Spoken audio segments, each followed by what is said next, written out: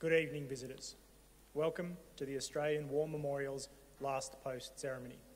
My name is Chris Weidenbar, and joining us today from the Royal Australian Air Force is Squadron Leader Stacey Davids. We welcome the veterans who have served, those that are still serving, and the families that love and support them. We acknowledge the members of RSL and Services Clubs Association, RSL Victoria and RSL Queensland who are watching the broadcast of this ceremony across Australia.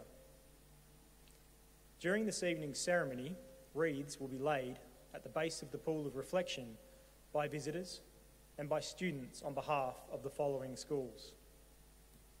From New South Wales, Northbridge Public School, Northbridge, and from Victoria, Cornish College, Banghome, Hallam Secondary College, and St Clement of Rome School, Bulleen. I now ask you all to please stand and join in singing the national anthem.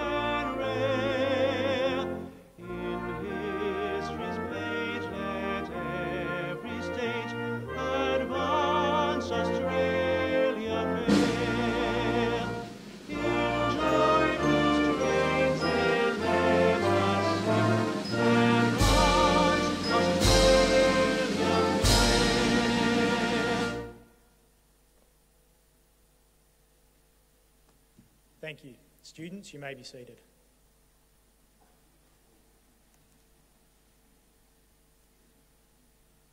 The Australian War Memorial was the vision of Charles Bean, Australia's First World War official historian. Bean landed with the Australian troops on Gallipoli and stayed with them at the front through to the end of the war.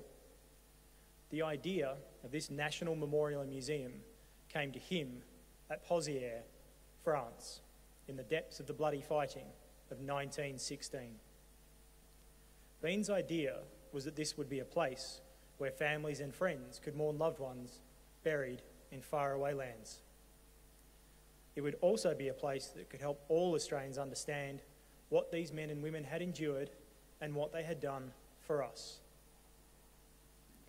Bean's vision, to which we remain true, is best expressed as inscribed in the entrance to the memorial's galleries.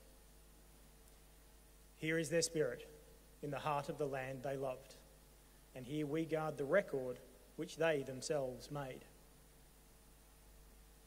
Tonight, we will read the story behind just one of those on the Roll of Honour, which lists the names of more than 102,000 men and women who have given their lives for us in war and operations for more than a century. But first, we present a lament, Flowers of the Forest. Wreaths or floral tributes will now be laid at the base of the pool of reflection.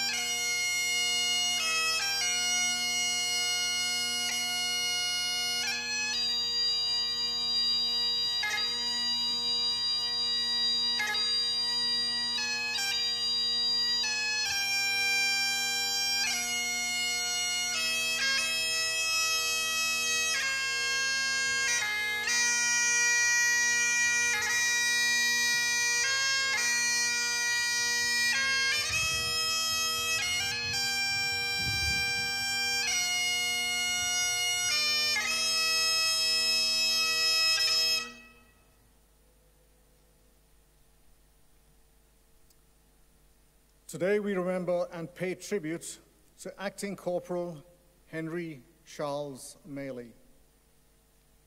Henry Mailey was born in 1888, the youngest son of John and Jane Mailey of the Sydney suburb of Waterloo. He attended Waterloo Public School and later worked as a bottle packer. Mailey enlisted in the Australian Imperial Force on the 14th of June 1915, and after 3 months' training, sailed from Sydney aboard the transport ship Runic as part of the reinforcements of the 17th Infantry Battalion. He sailed to Egypt, and after a brief period of further training, sailed to Gallipoli, where he joined his unit on the 8th of December, 1915. He arrived at the end of the Gallipoli campaign and was there for a matter of days before his unit was evacuated to Egypt. In Egypt, the AIF went through a process known as the doubling of the AIF, with a large influx of new recruits from Australia being mixed with veterans from Gallipoli to ensure the rapidly expanding Australian forces had a good mix of experience throughout its units. On the 17th of March 1916, Mailey sailed for France and the war on the Western Front. His first taste of major battle came in July during the bloody Battle of Pozières. Mailey and the 2nd Australian Division, of which he was part, was sent in to replace the badly depleted 1st Division after a series of deadly attacks on the German lines. The 2nd Division suffered terrible casualties, and in 12 days lost nearly 7,000 men.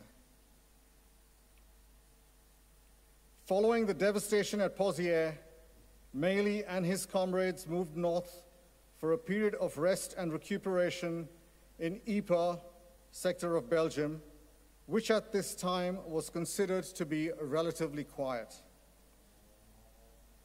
Mailey showed himself to be a capable soldier, and on the 10th of August was promoted to acting corporal. On the afternoon of the 26th of September 1916, Mailey was helping to build a parapet in a support trench near Zonnebaker, about a kilometer southeast of Ypres, when the area came under heavy German shrapnel and high explosive artillery fire. Mailey was one of 3 Australian soldiers of the 17th Battalion killed in the attack. He was 28 years old.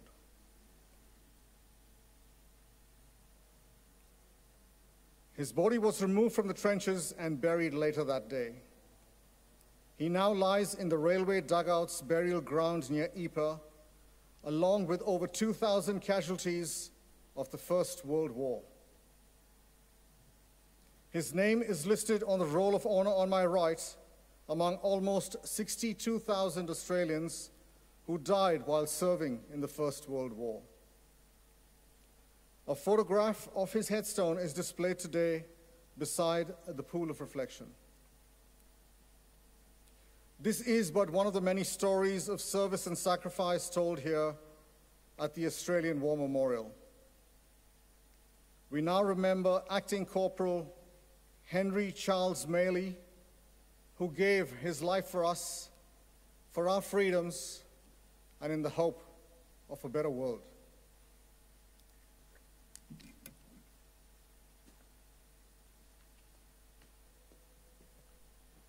Please stand for the reading of the ode and the sounding of the last post.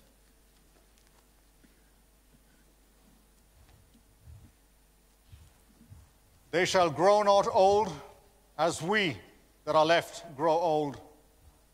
Age shall not weary them, nor the years condemn.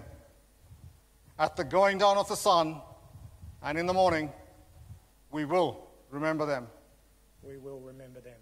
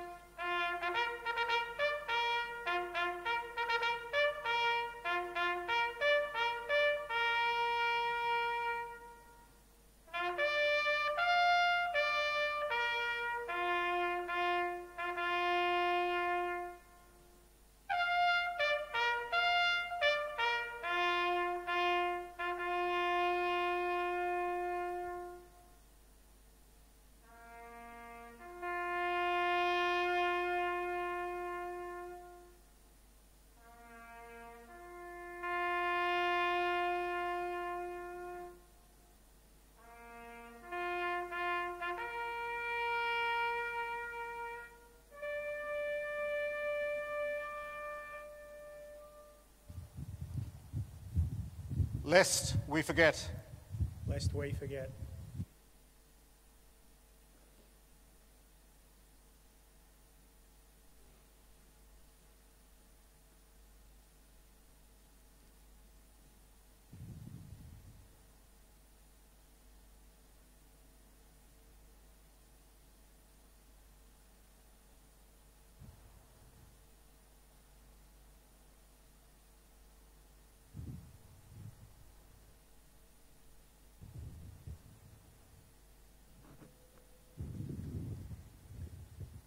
We leave you this evening with the words of the memorial's founder, Charles Bean.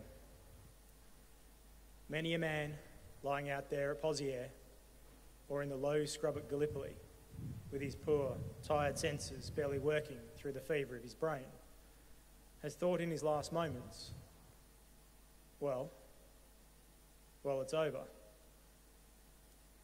But in Australia, they will be proud of this.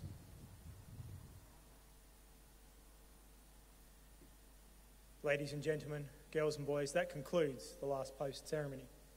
We thank you for visiting the Australian War Memorial and wish you all a very good evening.